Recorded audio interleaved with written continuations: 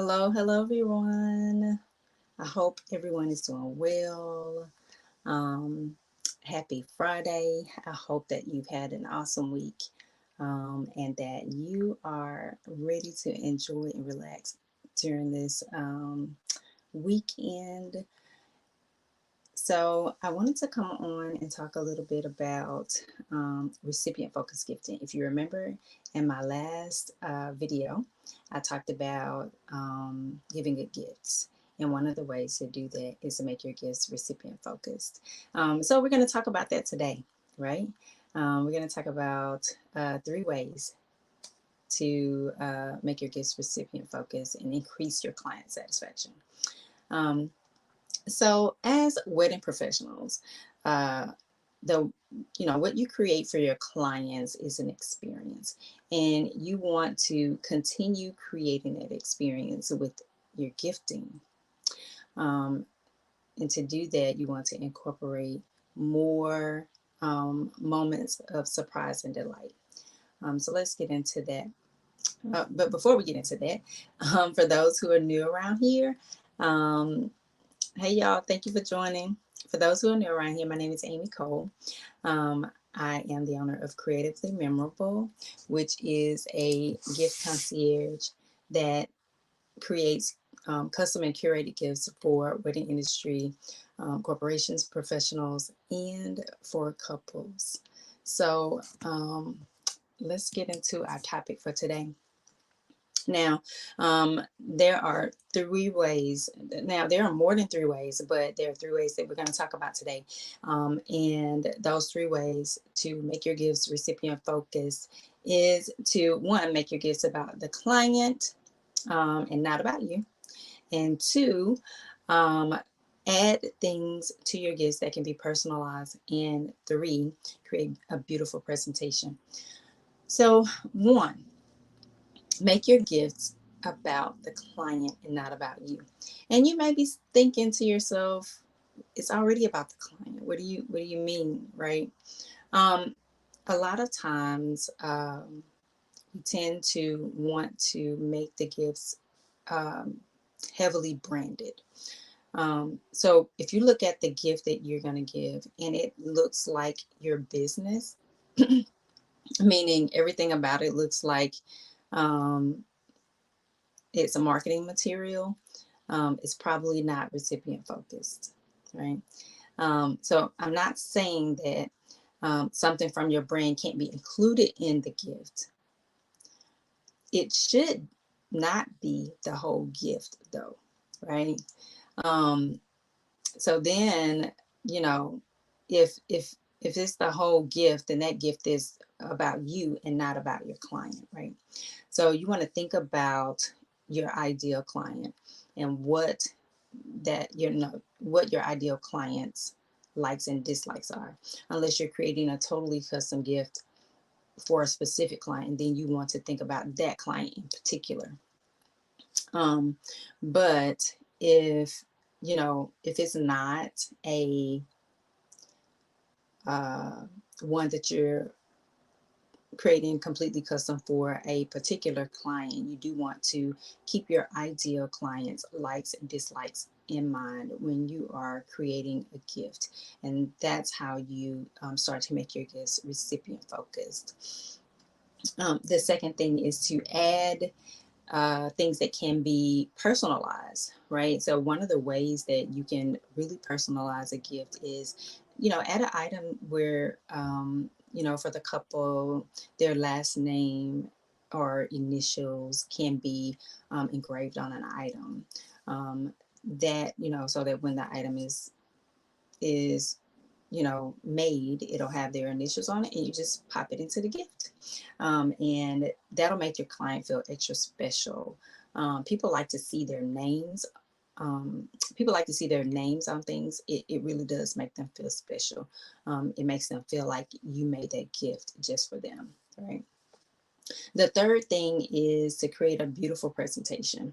Now, this is one area that I think where people start with a beautiful presentation, they start out thinking about how pretty they want the gift to look. And that is a part of it, but it's not the first thing that you should do. It's not the only thing that you should think about. The first thing when you're creating a gift is think about their likes and dislikes, but definitely why you're gifting, the purpose for the gift, and how you want them to feel when they get the gift. Like that's the first thing you should think about. Um, but a lot of people, when creating gifts, they think about the gift being beautiful, and that's what draws you, right? That's what makes it. That's the very creative part of it. But we don't want to start with that. We want to think about, while that is an important part of the gifting experience, it's not the first thing. And so when you get to this part, this is where you get to play around with the color palette, the type of, if you're using ribbon, the type of vessel, meaning if you're going to put it in a gift box or another special made vessel. You get to think about the stationery, what you want that to look like. You get to think about all those creative things, how you're going to arrange the items in the gift, because believe it or not, how the items are arranged in a gift guides the person's eyes, and it helps to tell the story of the gift. So those are the things that you get to think about when you start looking at how you want the gift to be presented, how you want them to see the gift when they open it, right? Um, so it all plays a part in the experience, but it's not the total experience. So those are the 3 ways that I'm sharing today about how to make your client gifts more recipient focused. So I hope that you're able to take these 3 ways and implement them in your gifting. Let me see. I see some comments here. Got to put on my glasses for that. It says, "Oh, hi. Thank you. Thank you. I'm glad to be back." So yes, yes, yes, yes. The gift is made for them and not for yourself. You don't want to send a client. Let me tell you a story, right? You don't want to send a client a gift that has a whole lot of branded items in there. Yes, like I said earlier, you will have colors. I mean, the gift might have a color scheme that resembles your business colors or whatever, your business color palette. Although I'm not sure that's the best choice, but that can work still. Especially if it's a welcome gift. That gift might be one that has your business's colors. You'll probably want to include your welcome packet with that gift, or it's an onboarding gift, so a client may expect that. However, in none of the gifts, you should include all things that are just completely branded items, for your company, right? That would mean, while it sounds nice, that would mean that you're expecting that client or your clients to walk around as a billboard. Now, some things, there are some companies that I wouldn't mind wearing something with their logo on it, or, because you really believe in that company and what they stand for.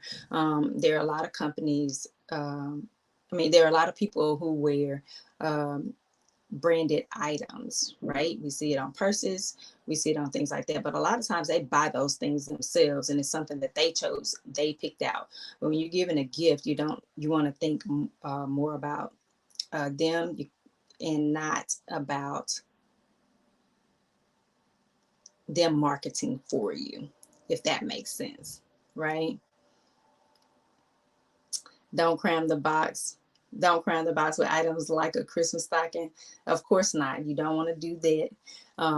But back to what I was saying, if you know, so I did receive a gift that had a lot of branded items in it. Like all the items were branded with this company's logo. It was an onboarding gift, and it was nice. But I was like, I don't think I would want to keep this or that. Now, there were some items in that box that I did keep and I do um, use. However, when, like I said, all the items shouldn't be branded. Like you should really think about how this person might, how your clients might use these items on a day-to-day basis. And then if you're putting branded items in your gift, why are you putting so many of the branded items in your gift? You got to remember, you want to bring surprise and delight. They will be surprised that they got the gift, but would they be delighted about what's in it? So that's a question to think about. That's a really good question to think about. And Quincy, no, you don't want to cram your clients' gifts with like you would a Christmas stocking, right? Having too many items in there could lead to confusion. They won't know what type of story you're trying to tell. They won't know what story you're trying to tell. So, um, hey, baby. That's my baby, y'all. He's online, watching a live. So I appreciate y'all. But in short, those are the three ways, plus some, but those are the three ways that you can make your gifts more recipient focused in order to increase your client satisfaction rate. You want to bring them surprise and delight. You want them to be surprised about getting the gift because it's a moment that you added into your process. They'll be surprised to get the gift, but then you also want them to be delighted about what's in the gift. So that's all that I have for today, you all. I hope you found it helpful. And if you have any questions, definitely leave them below in the comments, and I will be checking back to answer any of the questions that you have for me. Anything that you want, any questions that you have that you want answers to, leave them down in the comments below, and I will either answer you. I will answer you directly, and if I need to, I will create a video about it to talk about it more in depth. Thank you. I'm glad the information was helpful. I am glad the information was helpful. So I am looking to bring more helpful information to you all to help you improve your client gifting, your corporate gifting, and your wedding party gifting. But right now, we're going to focus on client gifting, and when it's time, we'll talk about those other two areas. But for right now, we want to focus on the client gifting for the wedding professionals, because I know it's something that you're going to start to think about as you enter a newer season. Hi. Sorry for the interruption, y'all. To hear you downstairs. Yes. Can you let me finish? Yeah. And come back? Okay, thank you so much. Sorry about the interruption, but kids, they do what they want to do. So, with that, I guess that is all for today. Um, in the meantime, please subscribe. Hit that subscribe button and subscribe to my YouTube channel, and uh, like the video. Just so you can get notifications of when I go live next. But until next time, you all, happy gifting and many blessings. Bye, y'all.